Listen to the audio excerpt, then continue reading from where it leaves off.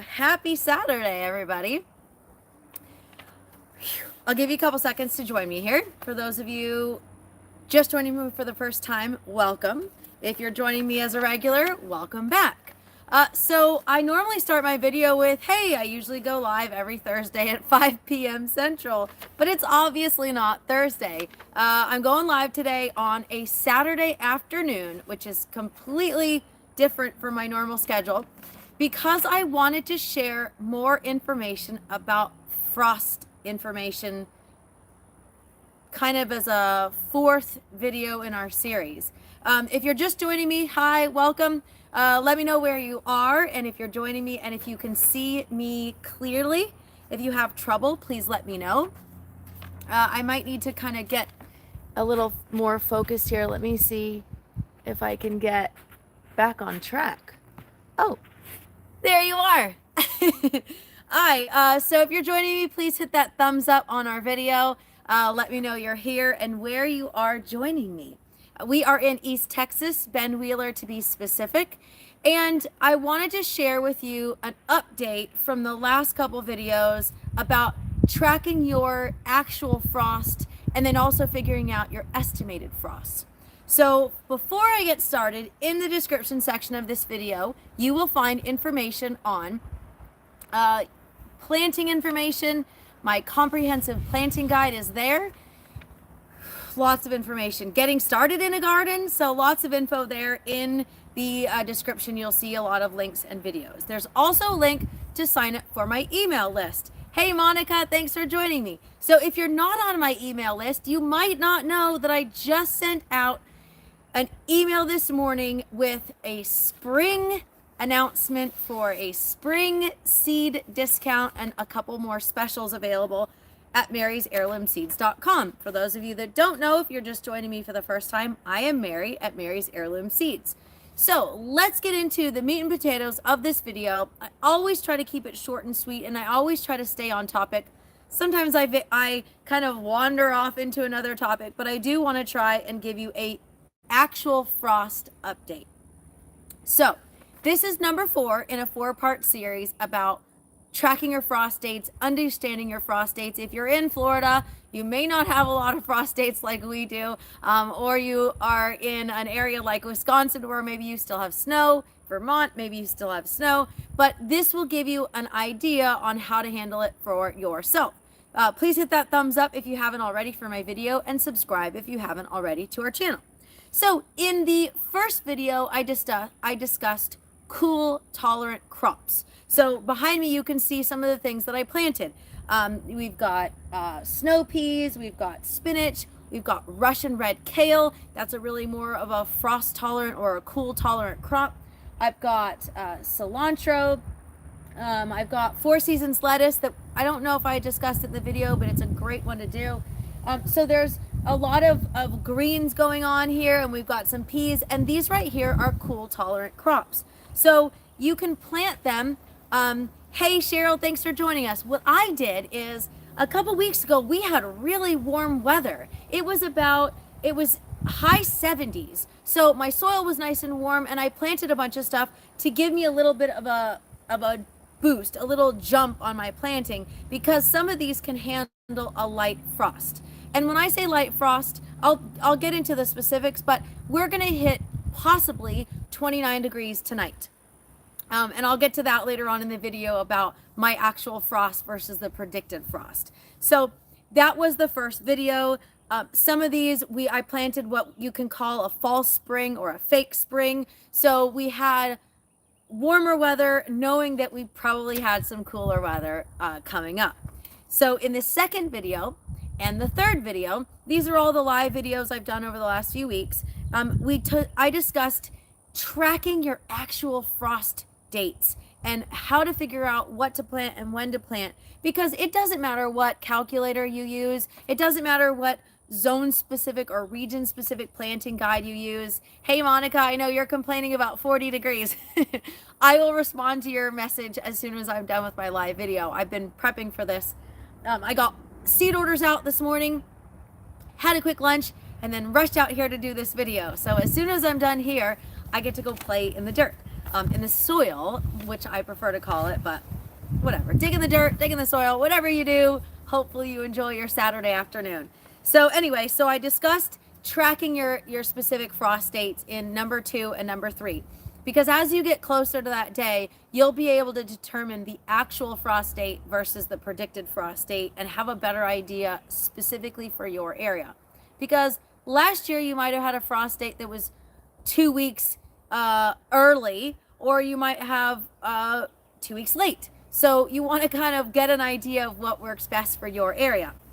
Now, remember, kind of going to the flow here. Remember, these are just a predicted frost date based on the history of your area. In my last video, I said I use Old Farmer's Almanac to track my frost dates. So, give you a little bit of a note. Per Old Farmer's Almanac, we discussed this last week, that your frost dates are only an estimate based on historical data. They are not set in stone. There is no absolute in the garden. So we kind of got to roll with it and be a little flexible here in the garden. The probability of a frost occurring after your spring frost date is 30%, which means even after your frost date, the predicted frost date, there's still a 30% chance that you will have a later frost. So if you see behind me, I have some tomatoes that I transplanted out. I transplanted those about 2 weeks ago. Now, full disclosure, I am fully prepared if I absolutely have to lose these tomato plants, but I will be covering them tonight because of that 29 degrees.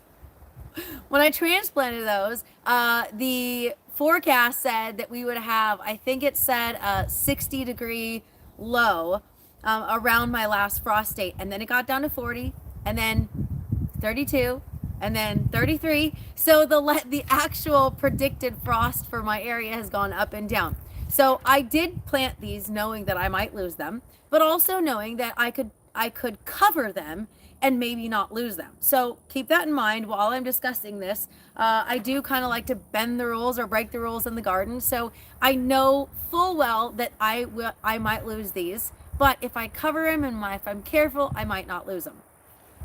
But that's also why I haven't planted out beans, corn, squash. I actually made a list of things that I didn't plant out. Eggplant. None of my peppers have been transplanted out because I know that they are a little more delicate to frost and I don't want to risk losing them. So I've got a lot of tomatoes, I've got a lot of peppers, and I've got a lot of herbs in my growing indoors under lights. So I know that just in case we do have a late frost or it continues on, I know I have a better chance of not losing them due to the cold.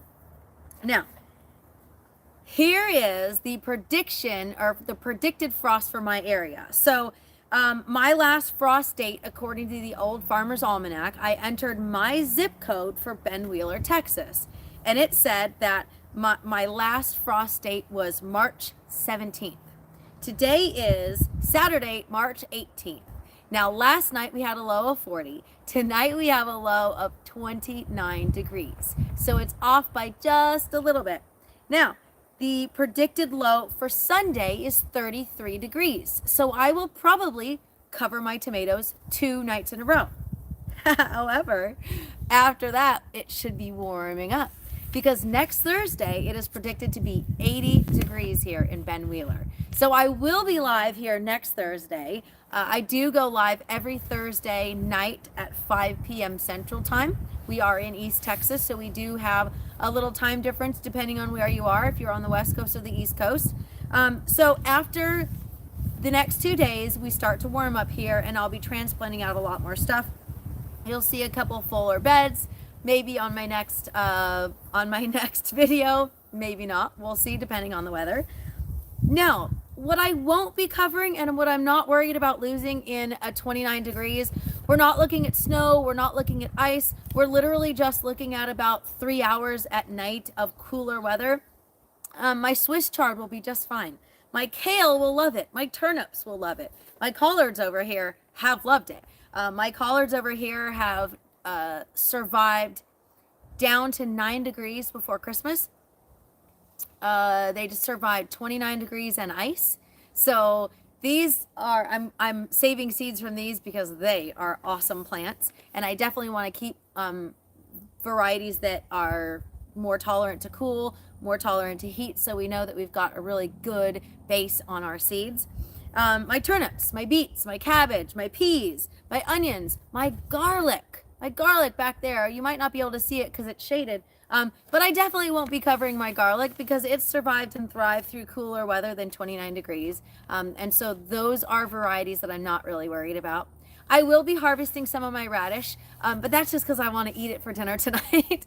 I've got, let's see, what do I have down there? I've got watermelon radish, which, by the way, if you are doing any type of thinning, so you see some of these, they might be planted a little too close together, which is totally fine. I've got spinach, I've got kale, I've got cilantro, all of those varieties that when I thin them, I can eat them.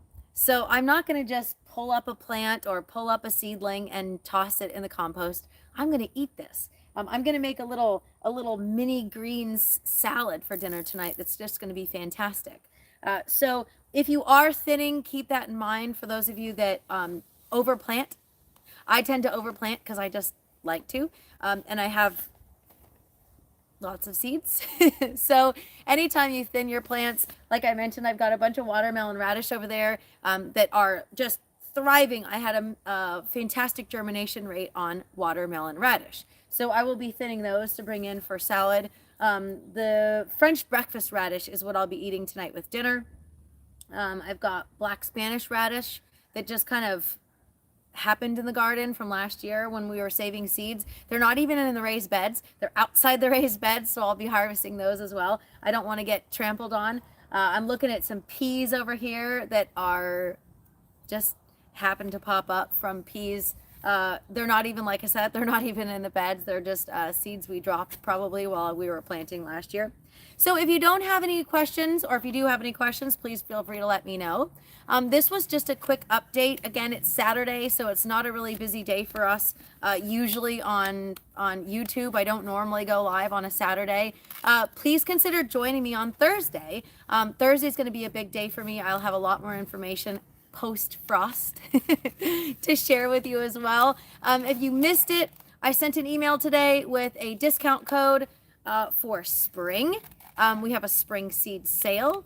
The official day of spring is only 2 days away. This year is March 20th, 2023 for the official start of spring. I'm really excited about that. If you have questions or concerns, you can always send me an email to mary@marysheirloomseeds.com. If you have questions about seed starting or garden or seed related questions, you can always reach out to me. You can also comment in the comment section below. If you're watching the replay, thank you for watching as well.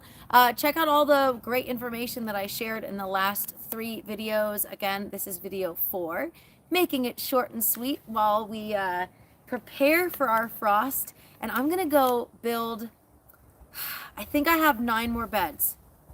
No, I take that back.